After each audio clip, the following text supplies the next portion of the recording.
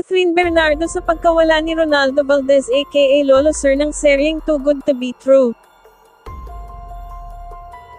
Isa nga ang Katniel sa kamakailan pa lamang na nakatrabaho ni Ronaldo Valdez, kaya naman ang pagkawalang ito ng veteranong aktor ay labis talaga na masakit para sa kanila, especially kay Catherine Bernardo na talaga namang napamahal na sa lolong si Ronaldo Valdez sa proyekto nila. Kung di ka pa nakakapanood ng Too Good to Be True ay malamang di ka makarelate dito. Pero I tell you na talagang napaka-solid ng bonding nila habang na-shoot sila sa seryeng ito.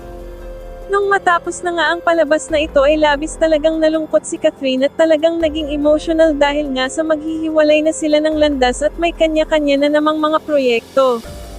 Isa din si Lolo Sir sa naging emotional at nalungkot talaga nung nagkahiwalay ang Katniel Pruitt lang na grabe na talaga yung bonding nila together.